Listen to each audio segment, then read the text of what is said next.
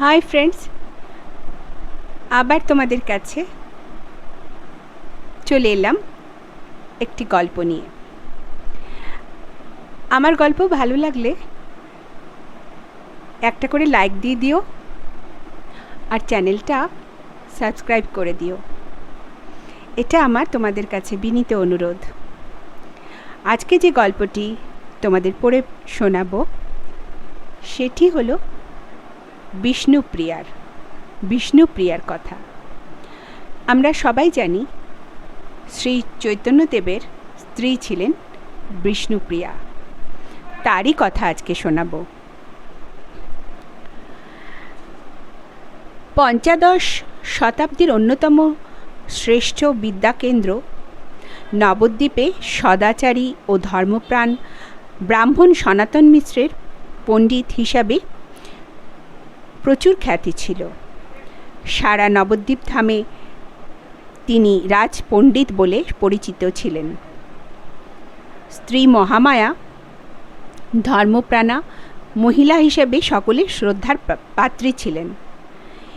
এই সুপণ্ডিত ও বিত্তবান পিতা সনাতন মিশ্রের কন্যারূপে আনুমানিক 1478 খ্রিস্টাব্দে জন্মগ্রহণ করেন বিষ্ণুপ্রিয়া। কন্যা কৈশোরে পদার্পণ করার সঙ্গে সঙ্গে পণ্ডিত সনাতন মিশ্র ও তার পত্নী মহামায়া দেবী কন্যার বিবাহের জন্য ব্যস্ত হয়ে পড়েন। এ সময় একদিন নিমাই পণ্ডিত নামে খ্যাত বিশ্বম্ভরের মাতা শচী দেবীর দ্বারা নিয়োজিত হয়ে স্থানীয় পণ্ডিত কাশীনাথ এক বিবাহের প্রস্তাব নিয়ে দেখা করেন সনাতন মিশ্রের সঙ্গে। তার সুন্দরী ও সুলক্ষণা কন্যা বিষ্ণুপ্রিয়ার সঙ্গে পুত্র বিশ্বম্ভরের বিবাহ দিতে চান শচীদেবী। পাত্র বিশ্বম্ভর স্বর্গত পণ্ডিত জগন্নাথ মিশ্রের পুত্র এবং নীলাম্বর চক্রবর্তীর দৌহিত্র। নবদ্বীপ অঞ্চলে বিশ্বম্ভর নিমাই পণ্ডিত নামেই খ্যাত। পাণ্ডিত্য, বিদ্যাবত্তা ও প্রতিভার দিক থেকে নবদ্বীপের পণ্ডিত সমাজে তার তুলনা নেই। কিছুদিন আগে এই নবীন প্রতিভাধর পণ্ডিত পূর্ববঙ্গ পরিভ্রমণ করতে গেলে সেখানকার পণ্ডিত সমাজেও তার পাণ্ডিত্য ও প্রতিভার শ্রদ্ধার সঙ্গে স্বীকৃত হয়। এই সঙ্গে বেশ কিছু অর্থ উপার্জন করে আনেন। তার ওপর দিগ্বিজয়ী পণ্ডিত কেশব কাশ্মীরিকে তর্কযুদ্ধে পরাস্ত করার পর থেকে বিশ্বম্ভরের পাণ্ডিত্যের খ্যাতি আরও বেড়ে যায় নবদ্বীপে। সম্প্রতি বাড়িতেই তিনি একটি চতুষ্পাটি খুলে বসেছেন এবং সেটিও চলছেও ভালো। পণ্ডিত কাশীনাথের মুখে এই বিবাহের প্রস্তাব শুনে আনন্দিত হয়ে ওঠেন সনাতন মিশ্র। তিনি স্ত্রীকে বলেন, সজ্জন এবং বিষ্ণুভক্তি পরায়ণ হিসাবে বিশ্বম্ভরের পিতা জগন্নাথ মিশ্রের বিশেষ সুনাম ছিল। কুলশীল আর জ্ঞানবিদ্যার দিক দিয়ে বিবেচনা করতে গেলে এ পাত্র সত্যিই খুব বরণীয় বলে আমার মনে হয়। মহামায়া দেবী এ কথা শুনে আনন্দে উল্লসিত হয়ে বললেন, বিশ্বম্ভরের রূপ কন্দর্পের মতো। আমার মেয়ে বিষ্ণুপ্রিয়ার সে যে উপযুক্ত পাত্র তাতে কোনো সন্দেহ নেই। কাশীনাথ উৎসাহের সঙ্গে আরও বলতে থাকেন, অধ্যাপক হিসাবে বিশ্বম্ভর ইতিমধ্যেই বিপুল খ্যাতি অর্জন করেছেন। নবীন ছাত্রের দল চতুষ্পাটিতে পড়ার জন্য খুবই ব্যগ্র। কুল, শীল, রূপ, গুণ, বিদ্যা, বুদ্ধি সব দিক থেকে বিশ্বম্ভরের মতো পাত্র নদিয়ায় আর কে আছে? তবে হ্যাঁ, একটা অবশ্য খুঁত আছে, দোজবর। কিন্তু প্রথমা স্ত্রীকে নিয়ে কদিনই বা ঘর করেছে। সনাতন মিশ্র এবার বললেন, পণ্ডিত, এ বিয়েতে আমাদের মত আছে। আপনি শচী দেবীকে প্রস্তুত হতে বলুন। কাশীনাথ তখন উৎসাহিত হয়ে বললেন, তিনি তো প্রস্তুত হয়েই আছেন। তার বয়স হয়েছে, একা আর কতদিন সংসার চালাবেন? বিশ্বম্ভর তার একমাত্র পুত্র, জ্ঞান বিদ্যার চর্চাতেই সর্বদা মত্ত। তার ওপর আবার কখন হঠাৎ বিভাগী হয়ে দাদা বিশ্বরূপের মতো গৃহত্যাগ করে চলে যায়, এই ভয়ে তাকে বিয়ে দিয়ে সংসারী করে তুলতে চান শচীদেবী। তিনি আপনার কন্যাকে অনেক দিন আগে গঙ্গার ঘাটে দেখেছেন।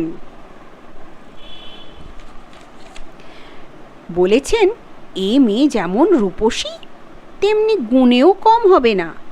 মেয়েটি ধীর স্থির, নম্রা ভাবা ও সুলক্ষণাযুক্ত। তাকে দেখে তার খুব পছন্দ হয়েছে, তাই অবিলম্বে পুত্রবধূ করে ঘরে তুলতে চান শচীদেবী। উভয় পক্ষই সম্মত, সুতরাং অবিলম্বে বিয়ের দিন ধার্য হয়ে গেল। এই কথা শুনে বিশ্বম্ভরের বন্ধু বান্ধবেরা আনন্দে উল্লসিত হয়ে উঠল। বন্ধুদের মধ্যে বুদ্ধিমন্ত খান ও মুকুন্দ সঞ্জয় ছিলেন সবচেয়ে ঘনিষ্ঠ ও হিতার্থী। তাদের আর্থিক সঙ্গতি প্রচুর। বুদ্ধিমন্ত খান এগিয়ে এসে বললেন, এ বিয়েতে যা কিছু খরচ হবে আমি তার ভার নেব, কিন্তু এ বিয়ে বরে বামুনে হতে দেব না। এ বিয়ে হবে খুব হইচই করে, রাজসিকভাবে। নবদ্বীপের সব ব্রাহ্মণ পরিবারকে নিমন্ত্রণ করা হলো। বিশ্বম্ভরকে মনোহর বেশে সাজিয়ে বরকে নিয়ে শোভাযাত্রা বার হলো। সে শোভাযাত্রা ছিল বিরাট জৌলস ও আনন্দোচ্ছলময়। এক অভূতপূর্ব প্রাণচঞ্চলতার ঢেউ বয়ে যায় সমগ্র নগরের মধ্যে। নবদ্বীপের অনেকেই বলাবলি করতে থাকে, কোন বিয়েতে এত ধুমধাম তারা দেখেনি কোনো বিয়েতে। বরের রূপ দেখে সবাই মুগ্ধ হয়ে যায়। বিষ্ণুপ্রিয়ার হৃদয়ও পুলকিত হয়। বিয়ের পর বরবধূকে দোলায় করে আনা হয়। পথের দুপাশে মহিলারা বরবধূ দেখে বলতে থাকে, এ যেন সাক্ষাৎ হরগৌরী। বিশেষ সমাদরের সঙ্গে পুত্রবধূকে বরণ করে ঘরে তুললেন শচীদেবী। আজ তার বড় আনন্দের দিন। যে নিমাইকে দেখে এতদিন জীবনের সব শোক দুঃখ সংসারের জ্বালা সহ্য করে এসেছেন, তার এই আদরের ধন নিমাই বিষ্ণুপ্রিয়ার মতো রূপে গুণে অতুলনীয় এক মেয়েকে বিয়ে করে এনেছে। বিষ্ণুপ্রিয়া দেখলেন, এমন রূপগুণ সম্পন্ন স্বামী খুব কম মেয়েরই ভাগ্যে জোটে। বিশ্বম্ভর শুধু রূপলাবণ্যে অনুপম নন, তিনি সর্বগুণমণ্ডিত। এই অল্প বয়সেই অধ্যাপনা বৃত্তির শীর্ষস্থানে আহরণ করেছেন। পাণ্ডিত্যে ও বিদ্যাবত্তায় সারা দেশে তার জুড়ি নেই। পট্টবস্ত্র পরিধান করে, ললাটে তিলক ও অঙ্গে যজ্ঞসূত্র ধারণ করে, বামরুর মাঝখানে দক্ষিণ চরণ স্থাপন করে তরুণ অধ্যাপক বিশ্বম্ভর যখন শিষ্যগণের দ্বারা পরিবৃত হয়ে শাস্ত্র ব্যাখ্যা করেন, তখন তা দেখে অনেকেই তার প্রশস্তি করে বলেন, এত রূপ, এত বিদ্যাবত্তা ও প্রতিভা কখনো কোনো সাধারণ মানুষের মধ্যে সম্ভব নয়। ইনি নিশ্চয়ই বিষ্ণু অংশে জন্মগ্রহণ করেছেন। বিষ্ণুপ্রিয়াকে পেয়ে নিমাইও কম খুশি নন। প্রিয়তমা পত্নীর প্রেম ভালোবাসায় মহা আনন্দিত তিনি।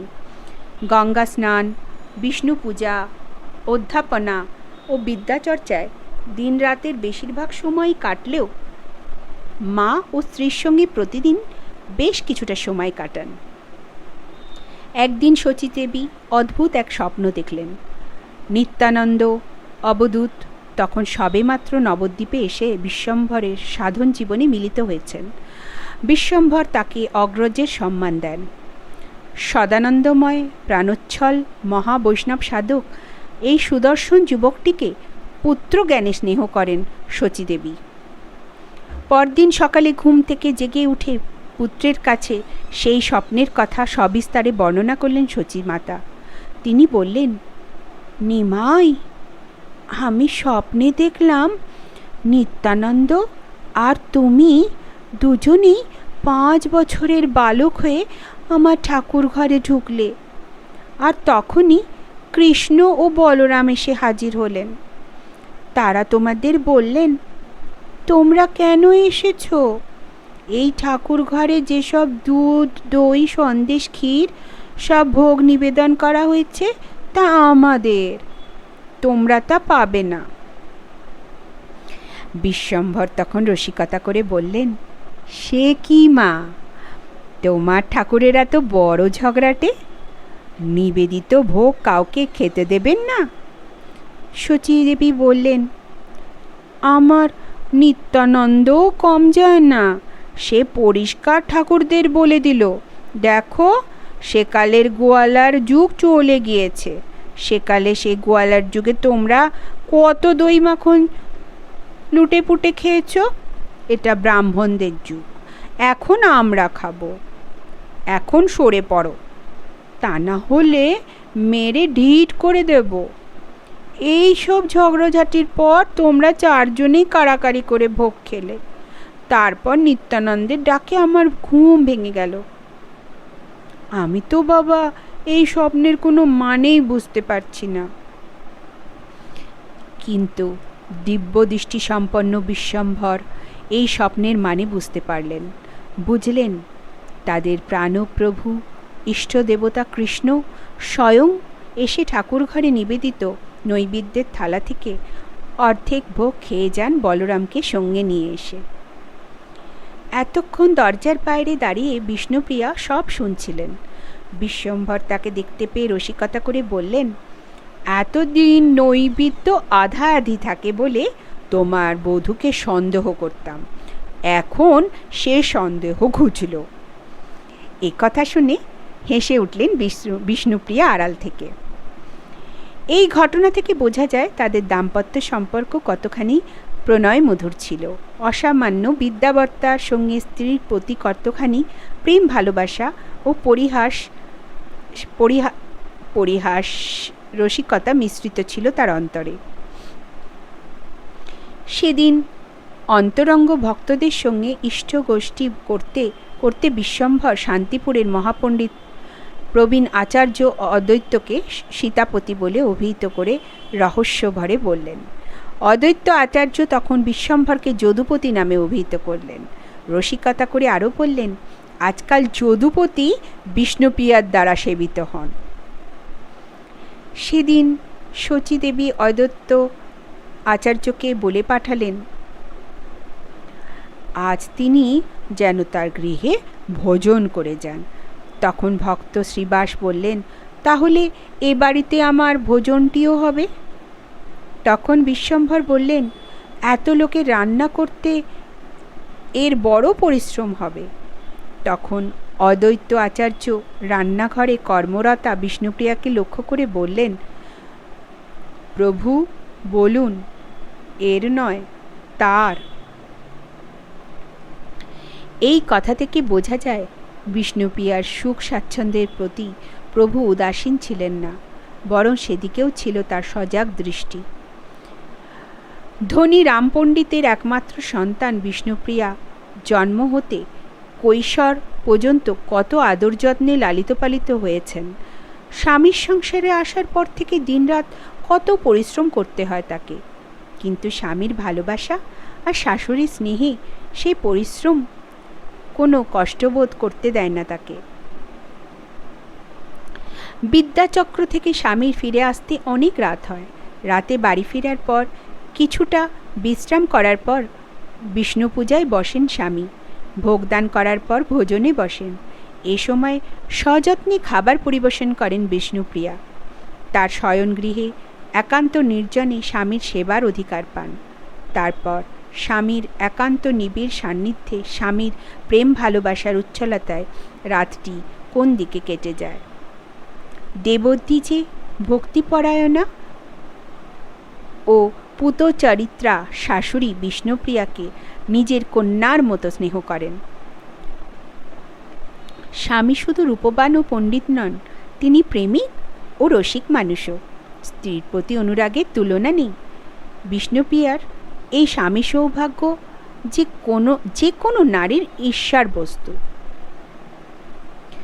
কিন্তু বিষ্ণুপ্রিয়ার এই অনন্ত অতুলনীয় সুখ সৌভাগ্য বেশিদিন স্থায়ী হলো না। নিয়তির বিধানে সহসা সব সুখ ও সৌভাগ্য চলে গেল। সেবার গয়ায় পিতৃকর্ম করতে গিয়ে বিষ্ণু পাদপদ্ম দর্শন ও স্পন্দনের সঙ্গে সঙ্গে এক বিস্ময়কর রূপান্তর ঘটল পণ্ডিত বিশ্বম্ভরের জীবনে। সেদিন বিধির বিধানে উপস্থিত প্রেম ভক্তি রসের সিদ্ধ সাধক ঈশ্বরপুরীর কৃষ্ণমন্ত্রে দীক্ষা গ্রহণ করেন বিশ্বম্ভর।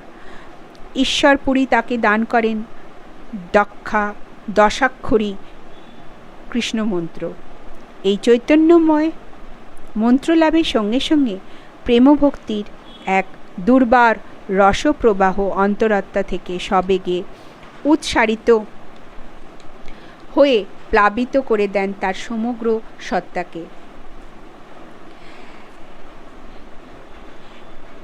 এক দিব্যোৎমান উন্মাদ অবস্থায় হা কৃষ্ণ, কোথায় কৃষ্ণ বলে শুধু হাহাকার করতে থাকেন। তিনি বৃন্দাবনে যাওয়ার জন্য ব্যাকুল হন। অবশেষে সঙ্গী বন্ধুরা কোনো ক্রমে তাকে বুঝিয়ে নবদ্বীপে নিয়ে আসেন। কিন্তু মন প্রাণে এখন বিশ্বম্ভর হয়ে উঠেছেন সম্পূর্ণ অন্য মানুষ। অধ্যাপনার কাজে মন নেই, কারোর সঙ্গে কোনো কথাবার্তা নেই, মুখে শুধু কৃষ্ণ নাম, অন্তরে শুধু সর্বদা কৃষ্ণের ধ্যান। স্বামীর এই অদ্ভুত রূপান্তর দেখে শঙ্কিত হয়ে পড়েন বিষ্ণুপ্রিয়া। সচিমাতার মনেও আতঙ্কের সীমা নেই। টোলের ছাত্রদেরও বলে দেওয়া হলো তা আর পাঠ নেওয়া সম্ভব নয়। যেদিকে তাকাই কেবলই দেখি কৃষ্ণময়। এরপর একদল কৃষ্ণভক্ত নিয়ে কীর্তন করতে করতে মত্ত হয়ে ওঠেন বিশ্বম্ভর। শিবাস অঙ্গনে নিয়মিত বসে কীর্তনের আসর। কীর্তনের সঙ্গে সঙ্গে চলে উদণ্ড নৃত্য। তার অলৌকিক প্রভাবে জগাই মাধায়ের মতো অত্যাচারী পাষণ্ডীরাও পরম ভক্ত হয়ে ওঠে। ভক্তিভাবের বন্যা বয়ে যায় সারা নদিয়ায়। বিশ্বম্ভর ভাবের আবেগে কখনো হাসেন, কখনো কাঁদেন, কখনো বিষাদ, কখনো পুলক। দেহটি কখনো থরথর করে কেঁপে ওঠে। সাধারণ মানুষ মহাবৈষ্ণবের এই দিব্য উন্মাদ অবস্থা, প্রেমবিকার কখনো চোখে দেখেননি, তাই তার মর্ম বোঝে না। তাই অনেকে শচীদেবীকে এসে বলেন, উন্মাদ রোগ, বৈদ্য ডেকে চিকিৎসা করাও। কিন্তু প্রবীণ বৈষ্ণব ভক্তপ্রবর শ্রীবাস পণ্ডিত বললেন, এ বায়ুরোগ নয়, একে বলে কৃষ্ণ ভক্তির উদয়। এ অবস্থায় এমনই হয়ে থাকে। প্রসিদ্ধ সাধক ও ভক্তিধর্মের নদে শান্তিপুরের অদ্বৈত আচার্য বুঝতে পারলেন এ মহাভাবময় প্রেম কোনো মানুষের মধ্যে সম্ভব নয়। তাই তিনি ঈশ্বরের অবতার জ্ঞানে পূজা করলেন বিশ্বম্ভরকে। একদিন নিত্যানন্দ শ্রীবাস পণ্ডিতের বাড়িতে ব্যাস পুজো করতে গিয়ে বিশ্বম্ভরের দিব্য রূপ দর্শন করলেন। ইষ্টজ্ঞানে তার গলদেশে মাল্য অর্পণ করলেন। এই সময় নিজেকে কৃষ্ণের বেশে সজ্জিত করতে ভালোবাসতেন বিশ্বম্ভর। তাই বিষ্ণুপ্রিয়া মাঝে মাঝে নিজের হাতে স্বামীকে নটবর কৃষ্ণের মোহন বেশে সাজিয়ে দিতেন। পীত বসন, মাথায় চাঁচর, চিকুরের চূড়া, তার উপর ময়ূরের পাখা, গলদেশে মালতীর মালা, এই সাজে স্বামীকে সাজিয়ে মনে কিন্তু আনন্দই পেতেন বিষ্ণুপ্রিয়া। একদিন নিজের বাড়িতে তার ঐশ্বরিক বিবৃতি কিছুটা প্রকটিত করেন বিশ্বম্ভর। সেদিন নিত্যানন্দকে ভোজনের জন্য আহ্বান করেন প্রভু। তবে তাকে আগে বলে দিয়েছেন, হে শ্রীপাদ, তুমি কিন্তু শান্ত হয়ে ভোজন করবে আমার সঙ্গে। তুমি মাঝে মাঝে প্রেমভাবে বিভোর হয়ে উদ্দাম হয়ে যাও, উলঙ্গ হয়ে নৃত্য করো, আজ এসব করো না। দুজনে পাশাপাশি খেতে বসেছেন। রান্নাঘর হতে বিষ্ণুপ্রিয়া ভোজ্যদ্রব্য এগিয়ে দিচ্ছেন আর শচীদেবী তা পরিবেশন করছেন দুই ভাইয়ের পাতে। সহসা সতীমাতা দর্শন করলেন বিশ্বম্ভর সহসা যেন এক দিব্য পুরুষে রূপান্তরিত হয়ে উঠেছেন, আর তার বক্ষস্থলে বধূমাতা বিষ্ণুপ্রিয়া এক জ্যোতির্ময়ী দেবীরূপে বিরাজ করছেন। এই অলৌকিক দৃশ্য দেখে বাহ্য জ্ঞান হারিয়ে মাটিতে লুটিয়ে পড়লেন শচীদেবী। জ্ঞান ফিরে পাওয়ার পরও দেহখানি তার ভাবের আবেশে ঘন ঘন কাঁপতে লাগল। বারবার দীর্ঘ নিঃশ্বাস ফেলতে লাগলেন। তখন তিনি আর কোনো কাজ করতে পারলেন না, ঘরের ভেতর গিয়ে শুয়ে পড়লেন। বিষ্ণুপ্রিয়া তার সেবা করতে লাগলেন। তিনি বারবার বিষ্ণুপ্রিয়াকে প্রশ্ন করতে লাগলেন, নিমাইয়ের এই দিব্য মূর্তির বুকে তোমায় আলোয় ভরা মূর্তিখানি দেখলাম, এ আমার কি দর্শন গো, তুমি কিছু বুঝতে পেরেছ? লজ্জায় মুখ অবনত করে মাথা নেড়ে বিষ্ণুপ্রিয়া জানালেন, এই দিব্য দর্শনের তত্ত্ব তিনি কিছুই জানেন না। তিনি শুধু বুঝলেন তার স্বামী একজন সাধারণ মানুষ নন। আজ তার স্বামীর মধ্যে শচীদেবী তাদের দুজনের যে দিব্য যুগলমূর্তি দর্শন করেছেন এবং যার কথা বারবার তিনি সর্বসপক্ষে প্রকাশ করছেন, তাতে স্বামীর নিত্য জীবনের সত্যতা সম্বন্ধে আর সন্দেহ রইল না। শচীদেবী কথিত এই দিব্য মূর্তিটি যেন চিরমুদ্রিত হয়ে রইল তার অন্তরে। স্বামীর প্রতি ভালোবাসার সঙ্গে সঙ্গে এক ভক্তিভাবে বিভোর হয়ে উঠলেন তিনি আরও বুঝতে পারলেন এই নররূপী দিব্য পুরুষের সহধর্মিণী রূপে তার এই বিশেষ দৈবী ভূমিকা আছে, আর এই বিষয়ে তাকে সচেতন করে দেওয়ার জন্যই হয়তো প্রভু তার দৈবী সত্তাটাকে প্রকটিত করলেন তার জননীর চোখের সামনে। আজ দেব ও দ্বৈত এক হয়ে গেলেন বিষ্ণুপ্রিয়ার জীবনে। আজকাল প্রভু বিশ্বম্ভর হা কৃষ্ণ বলে কাঁদেন না, বরং বলেন মুই সেঞ্চি, অর্থাৎ আমি যেই সেই। আজকাল ইষ্টদেবের স্বরূপ লাভ করে আপন দৈব স্বরূপ বা ভগবৎ সত্তাটিকে কখনো প্রকাশ করেন, কখনো আবার আভাসে ইঙ্গিতে বুঝিয়ে দিতে চান। একদিন শ্রীবাসের গৃহে ভক্তদের বললেন বিশ্বম্ভর, আমার অভিষেক সম্পন্ন করো। সঙ্গে সঙ্গে আনন্দে বিহ্বল হয়ে নিত্যানন্দ, অদ্বৈত, শ্রীবাস প্রভৃতি ভক্তগণ পুরুষ স্ত্রীত্ব পাঠ করে গঙ্গাজলে তাকে স্নান করালেন। তারপর ষোড়শ পচারে তার পূজা অনুষ্ঠান করে অশ্রুপূর্ণ নয়নে তার স্তুতি গান শুরু করলেন।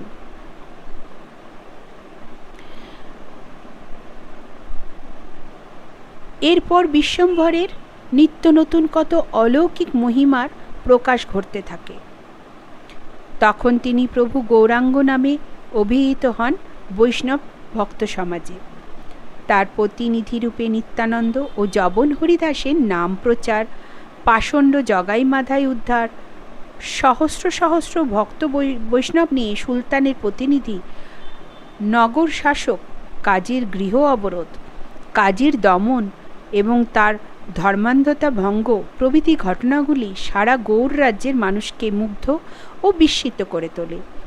এইসব ঘটনা সেকালের জনজীবনকে উদ্ভূত ও ধর্মচারণের এক নতুনতর আত্মপ্রত্যয় সমৃদ্ধ করে তোলে। গৃহকোণে বসে দিনের পর দিন বিষ্ণুপ্রিয়াও স্বামীর এই সব অলৌকিক কাহিনী শুনতে পাচ্ছেন, আর মনে মনে স্বামীকে বরণ করে নিচ্ছেন তার আত্মিক জীবনের প্রাণপ্রভু ও গুরুরূপে। এক স্বভাবজাত আত্মিক সংস্কার বশে তিনি উপলব্ধি করেছেন এই লীলাময় দিব্যপুরুষ স্বামীর সহধর্মিণী রূপে তার নিজেরও এক বিশিষ্ট ভূমিকা আছে। তবে সেই ভূমিকাটি কি তা এখনও স্পষ্ট হয়ে ওঠেনি তার কাছে। তবু শ্রীবাস অঙ্গন থেকে কীর্তন শেষে ঘরে ফিরে এসে সব ভাবাবেশ কাটিয়ে সুস্থ ও স্বাভাবিক হয়ে প্রতিব্রতা প্রেমময়ী স্ত্রীকে প্রেমভরে বুকে টেনে নেন তখন এক স্বর্গীয় আনন্দে আত্মহারা হয়ে ওঠেন বিষ্ণুপ্রিয়া। এই সময় কিছুদিনের জন্য পিতৃগৃহে চলে যান বিষ্ণুপ্রিয়া। ফিরে এসে দেখেন কৃষ্ণ অনুরাগী গৌরাঙ্গ মহাপ্রভু আবার হয়ে উঠেছেন মহাবৈরাগী। শ্রীবাস অঙ্গনের নৃত্য কীর্তনপূর্ণ রসময় জীবন ছেদ টেনে দিয়ে ঘর সংসারের মায়া ত্যাগ করে চরম ত্যাগ ও বৈরাগ্যের পথে অগ্রসর হওয়ার সংকল্প গ্রহণ করেছেন তিনি। অবশেষে একদিন এই সংকল্পের কথাটি অন্তরঙ্গ ভক্তদের জানিয়ে দেন প্রভু গৌরাঙ্গ। বলেন তার ডাক এসেছে, আমার জীব উদ্ধারের ব্রত উদযাপিত হবে। একদিন জননী শচীদেবীকেও জানিয়ে দেন তিনি তার মনের কথা। জননী আর্তস্বরে ক্রন্দন করতে থাকলে তিনি শান্ত ও নির্বিকার কণ্ঠে বলেন, কৃষ্ণ লাভের জন্য সন্ন্যাস আমায় নিতেই হবে মা। তবে সন্ন্যাসী হলেও তোমার মত নিয়ে তোমার কাছাকাছিই থাকব। তোমার কোনো ভয় নেই। আমার অন্তরঙ্গ বন্ধুরা যথাসাধ্য তোমার আর বিষ্ণুপ্রিয়ার দেখাশোনা করবেন। পিতৃগৃহ থেকে ফিরে এসে শাশুড়ির মুখে শুনতে পান স্বামীর সন্ন্যাস গ্রহণের কথা। এক অজানা আতঙ্কে বুক তার কেঁপে ওঠে। বিষাদ আর দুশ্চিন্তার ঘন মেঘে ভারী হয়ে ওঠে অন্তর। একদিন গভীর রাতে শয়নকক্ষে স্বামীকে জড়িয়ে ধরে কান্নায় ভেঙে পড়লেন বিষ্ণুপ্রিয়া। তিনি বললেন, আমি শুনতে পেয়েছি সব কথা। আমায় চিরতরে ত্যাগ করে তুমি সন্ন্যাস নেবে, কিন্তু কেন? কি অপরাধ আমার? আমাকে যদি তোমার সাধন জীবনের প্রধান অন্তরায় মনে করো, তাহলে আমিই না হয় বাড়ি ছেড়ে চলে যাচ্ছি। তোমার পায়ে পড়ি, তুমি ঘরে থাকো। যেমনভাবে সাধন ভজন ও ইষ্ট নাম করে যাচ্ছ, তেমনি করেই চলতে থাক। আমি নিজেই তোমায় মুক্তি করে দিয়ে যাচ্ছি। পত্নীকে কাছে টেনে নিয়ে বিশ্বম্ভর বললেন, তুমি আমার পথের বাধা নাও বিষ্ণুপ্রিয়া। ও কথা বলে আমার মনে কষ্ট দিও না। আমি কৃষ্ণের জন্য ব্যাকুল। আমার কৃষ্ণের পথ রাজপথ, যে পথ দিয়ে সবাই যেতে পারে, লাভ করতে পারে তাকে। তুমি আমার সহধর্মিণী। আমি চাই তুমিও আমার মতো কৃষ্ণ ভজনে মত্ত হও। কৃষ্ণ কৃপা পাওয়ার জন্য উন্মুখ হয়ে ওঠো। তোমার নাম বিষ্ণুপ্রিয়া। এবার সত্যকার বিষ্ণুপ্রিয়া হয়ে ওঠো। বিষ্ণুর মিলন পথে, কৃষ্ণের মিলন পথে তুমিও এগিয়ে এসো। তাহলে সে পথে তোমার আমার মধ্যে কোনো বিচ্ছেদ থাকবে না। এক কৃষ্ণ সত্তায় পৌঁছে আমরা দুজনে এই গভীরতর ও অক্ষয় মিলন সুখ সম্ভব করব। এই বলে প্রিয়তমা পত্নীকে নিবিড়ভাবে আলিঙ্গন করে তার সব শোক দুঃখ দূর করে দিলেন প্রভু গৌরাঙ্গ। বিষ্ণুপ্রিয়া তখন চোখের জল পুছে সহজ হয়ে আবদার করে বললেন, আমার বড় ইচ্ছা হচ্ছে আজ রাতে তোমায় মনের মতন করে সাজায়, প্রাণ ভরে তোমার দেবদুর্লভ রূপ দেখি। বিশ্বম্ভর সে অনুমতি দিলে স্বামীর প্রশস্ত ললাটে চন্দনের ফোঁটা পরিয়ে দিলেন। আয়ত দুনয়নে এঁকে দিলেন কাজল রেখা। কণ্ঠে পরিয়ে দিলেন নিজের হাতের গাঁথা মালা, মালতীর শুভ্র মালা। বিশ্বম্ভর তখন সকৌতুকে বললেন, আমিও এবার তোমায় সাজাবো, দেখব তোমায় নববধূর বেশে। হেসে উঠলেন বিষ্ণুপ্রিয়া, বললেন, পরম পুরুষ মানুষ, আবার মেয়েদের সাজাতে জানি নাকি? কিন্তু বিশ্বম্ভর সত্য সত্যিই সাজিয়ে দিলেন প্রিয়তমাকে। চন্দন, কুমকুম ও কাজলের রেখায় উজ্জ্বল করে তোলেন বিষ্ণুপ্রিয়ার মুখকান্তি। আনন্দে উচ্ছ্বসিত হয়ে উঠলেন বিষ্ণুপ্রিয়া। সব শেষে একদিন সে আহ্বান এসে গেল। সে দিনটি হল 10 খ্রিস্টাব্দের ফেব্রুয়ারি মাসের প্রথম সপ্তাহের একটি দিন। এই দিন চিরতরে সংসার ত্যাগ করলেন প্রভু গৌরাঙ্গ। সেদিন গভীর রাতে ঘুমন্ত স্ত্রীর দিকে শেষবারের মতো দৃষ্টিপাত করে আর মায়ের ঘরের রুদ্ধ দ্বারের সামনে শেষ প্রণাম জানিয়ে ঘর ছেড়ে কাটোয়ার পথে ছুটে চললেন। সেখানে সন্ন্যাসী কেশব ভারতের কুঠিরে গিয়ে বিরজা হোম সম্পন্ন করে সন্ন্যাস দীক্ষা গ্রহণ করলেন। নতুন নাম হল শ্রীকৃষ্ণ চৈতন্য। এদিকে এক দুঃস্বপ্ন দেখায় হঠাৎ ঘুম ভেঙে যায় শচীদেবীর। অমঙ্গলের আশঙ্কায় বুক কাঁপতে থাকে তার। ভীত হয়ে পুত্রের স্বয়ং ঘরের সামনে এসে ডাকতে থাকেন, নিমাই, আমার নিমাই, বৌমা নিমাই ঘরে আছে তো? তার সম্বন্ধে এক দুঃস্বপ্ন দেখে হঠাৎ জেগে উঠেছি। ডাকাডাকিতে বিষ্ণুপ্রিয়ার ঘুম ভেঙে যায়। তাকিয়ে দেখেন শয্যায় স্বামী নেই। আলুথালু বেশে বেরিয়ে আসেন বিষ্ণুপ্রিয়া। শাশুড়িকে জানান, তিনি তো ঘরে নেই মা।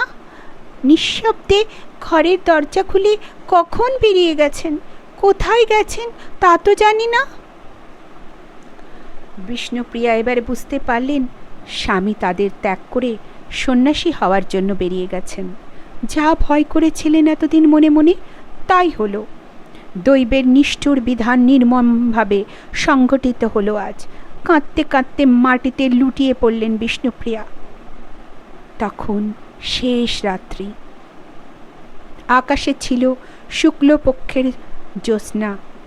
শচীদেবীর কান্না শুনে গৃহভৃত্য ঈশান ও পরিবারের একনিষ্ঠ সেবক বংশীবদন জেগে উঠল।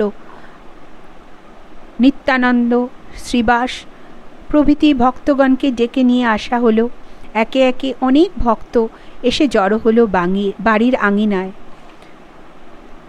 নিত্যানন্দ শচীদেবীকে প্রবোধ দিয়ে বললেন, মা, তোমার নিমাই কাটোয়ায় গেছেন কেশব ভারতীর কাছে সন্ন্যাস নেবার জন্য। একথা তিনি কয়েকদিন আগে অন্তরঙ্গ ভক্তদের কাছে বলেছিলেন। শচীদেবীকে কথা দিয়ে গেলেন নিত্যানন্দ, প্রভুকে সন্ন্যাস গ্রহণের সংকল্প হতে বিচ্যুত করতে পারবো না, তবে তোমার সঙ্গে একবার তার সাক্ষাৎ ঘটাবো। কাটোয়ায় সন্ন্যাস গ্রহণের পর শ্রীচৈতন্য ভক্তদের সঙ্গে কৃষ্ণনাম করতে করতে বৃন্দাবনের পথে যাত্রা করলেন। নিত্যানন্দ তখন কৌশলে প্রভুকে ভুলিয়ে বৃন্দাবনের পথ হতে নিবৃত্ত করে দিন কতকের জন্য শান্তিপুর নিয়ে এলেন। সেখানে অদ্বৈত আচার্যের গৃহে আতিথ্য গ্রহণ করলেন প্রভু। এই সুযোগে প্রভুর আজ্ঞা নিয়ে নিত্যানন্দ শচীদেবীকে আনবার জন্য নবদ্বীপ চলে গেলেন। নবদ্বীপে এসে শচীদেবীকে একথা জানালেন নিত্যানন্দ। একথা শুনে কিছুটা আশ্বস্ত হলেন শচীদেবী। নিত্যানন্দ তখন বললেন, শুনলাম কদিন তোমরা উপবাসে আছো, কখন উঠে রান্নার জোগাড় করো। আমি বড় ক্ষুধার্ত, কিন্তু তোমরা অন্ন গ্রহণ না করলে আমিই বা কী করে অন্ন গ্রহণ করি। অগত্যা শচীদেবী ও বিষ্ণুপ্রিয়া রান্না করলেন। নিত্যানন্দকে ভোজন করিয়ে নিজেরাও অন্ন গ্রহণ করলেন। তারপরে অঙ্গনে শিবিকা এলে শচীদেবী ও বিষ্ণুপ্রিয়া দুজনেই যাবার জন্য প্রস্তুত হয়ে সামনে এসে দাঁড়ালেন। তখন নিত্যানন্দ বললেন, কিন্তু মা, প্রভু শুধু আপনাকেই নিয়ে যেতে বলেছেন, শ্রীমতীর যাওয়ার তো নির্দেশ নেই। একথা শুনে শচীদেবী বললেন, নিতাই, এ তোমার কেমন বিচার? বৌমা একটিবারও নিমাইকে দেখতে পাবে না? বেশ, তাহলে আমিও যাব না। তখন বিষ্ণুপ্রিয়া এগিয়ে এসে শান্ত কণ্ঠে শচীদেবীকে বললেন, মা, আমি গেলে তার সন্ন্যাসব্রত ভঙ্গ হবে, এই জন্যই হয়তো আমাকে যেতে নিষেধ করেছেন। আমি তার সহধর্মিণী, তার আচরিত ধর্ম রক্ষা করা আমার কর্তব্য। কিন্তু আপনি কেন যাবেন না? আপনার জন্য তিনি অপেক্ষা করে আছেন। এই বিপদের মাঝে বিষ্ণুপ্রিয়ার এই প্রজ্ঞাসম্পন্ন কথা শুনে এবং তার বিচার বুদ্ধির পরিচয় পেয়ে বিস্মিত হয়ে গেল উপস্থিত সকলে। তখন শচীদেবীও শান্ত হয়ে শিবিকায় আরোহণ করলেন। শচীদেবী চলে গেলে বুকে দুঃসহ বিরহের জ্বলন্ত আগুন নিয়ে ঘরের দ্বার বন্ধ করে ভূমিতলে শয্যা গ্রহণ করলেন বিষ্ণুপ্রিয়া। এদিকে সন্ন্যাসী পুত্রকে নীলাচলে বাস করার কথা বলে কয়েকদিন পরে শান্তিপুর থেকে নবদ্বীপে ফিরে এলেন শচীদেবী। ফিরে এসেই পুত্রবধূকে জড়িয়ে ধরলেন দুহাত দিয়ে। তারপরেই সংজ্ঞাহীনা হয়ে মাটিতে লুটিয়ে পড়লেন। দুজনেই শোক সন্তাপ হয়ে গেলেন। কে কাকে সান্ত্বনা দেবেন? এ ঘোর বিপদের মাঝেও নিজের দায়িত্ব কর্তব্য ঠিক করে ফেলেছিলেন ধৈর্যশীলা বিষ্ণুপ্রিয়া। সন্ন্যাসী স্বামীর ওপর কোনরূপ রাগ দুঃখ না করে তিনি মনে মনে দৃঢ় সংকল্প করলেন, একদিকে তিনি ত্যাগ ও বৈরাগ্যের পথে স্বামীর ভক্তি প্রেম ধর্মের অন্তরঙ্গ সাধনায় আত্মনিয়োগ করবেন, অন্যদিকে তার চির আরাধ্য প্রাণপ্রভু স্বামীর জননী পুত্রশোকে বিহ্বলা শাশুড়ির সেবা পরিচর্যার সব ভার নিজের হাতে তুলে নেবেন। এমত অবস্থায় নিজেই নিজের দিনচর্চার ব্যবস্থা করে ফেললেন বিষ্ণুপ্রিয়া। প্রতিদিন রাত্রি শেষের অন্ধকার তরল হয়ে এলেই জনবিরল গঙ্গায় স্নান করে আসেন। তারপর বিষ্ণুপ্রিয়ার কক্ষে বসে একপাশে তুলে রাখা পতিদেবতার কাষ্ঠ পাদুকার সামনে বসে ধ্যানজপে নিবিষ্ট হন। বেলা বাড়লে ঠাকুরঘর হতে বেরিয়ে এসে শাশুড়ির স্নান আহার্য ও সেবা পরিচর্যা রত হন। সব কাজ সেরে আবার বসেন ধ্যান জপে। সন্ন্যাস গ্রহণের আগে স্বামী যে উপদেশগুলি বলে গেছেন সেগুলি জ্বলন্ত অক্ষরে লেখা আছে তার অন্তরে। তিনি বলেছিলেন, আমি যেমন কৃষ্ণের ভজনা করছি তুমিও তেমনি করো, আমাদের মিলন হবে সেখানেই।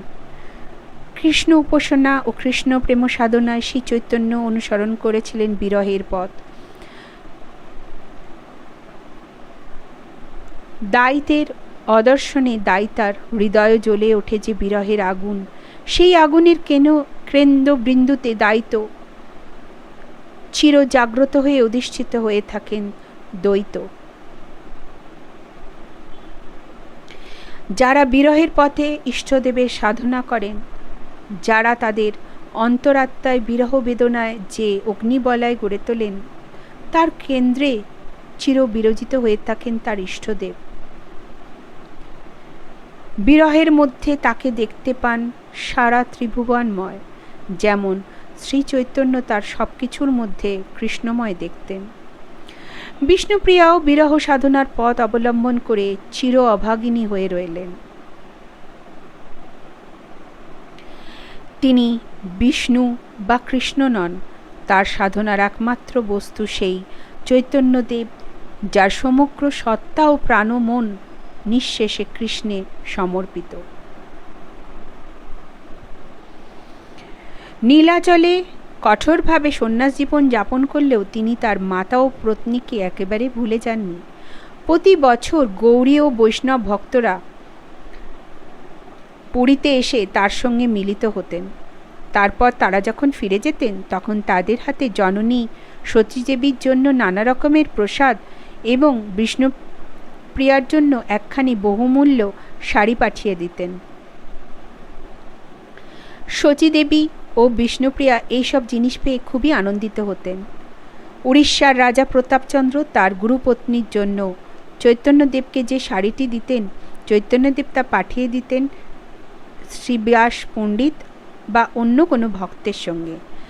বিষ্ণুপ্রিয়া সেই শাড়িখানি পরম ভক্তিতে গ্রহণ করে পেটিকার মধ্যে রেখে দিতেন, তা পরতেন না।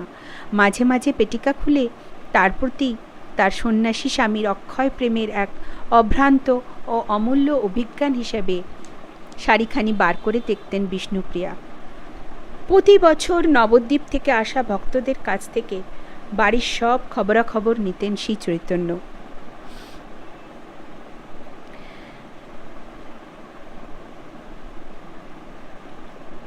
নবদ্বীপে তার বাড়ি রক্ষণাবেক্ষণের জন্য পণ্ডিত দামোদরকে পুরী থেকে পাঠিয়ে দিয়েছিলেন শ্রী চৈতন্যদেব। বলে দিলেন, পণ্ডিত, আমার মায়ের, আমার গৃহের রক্ষক রূপে থাকবে তুমি।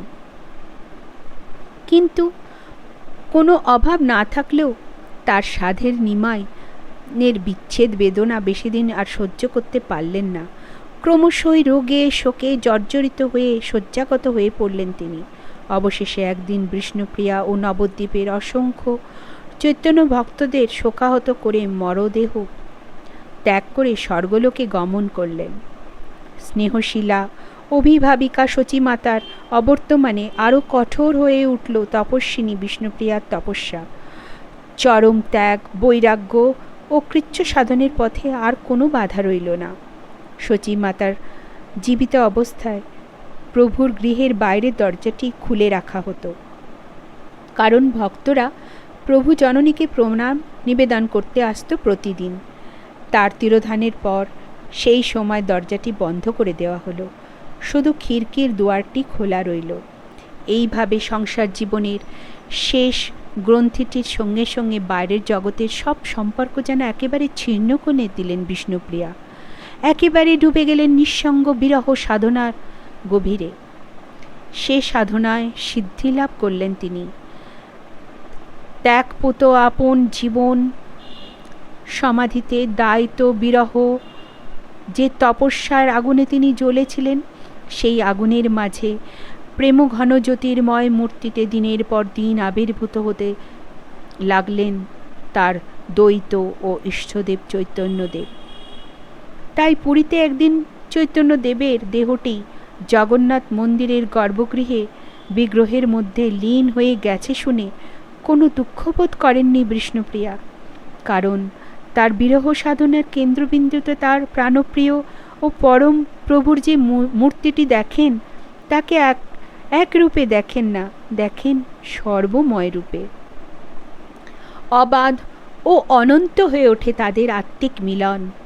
এ যেন পরম রসঘন এক দ্বৈতাদ্বৈত অস্তিত্ব। এবার নিজের আহারের ওপর আরও কঠোর নিয়ম প্রবর্তন করলেন বিষ্ণুপ্রিয়া।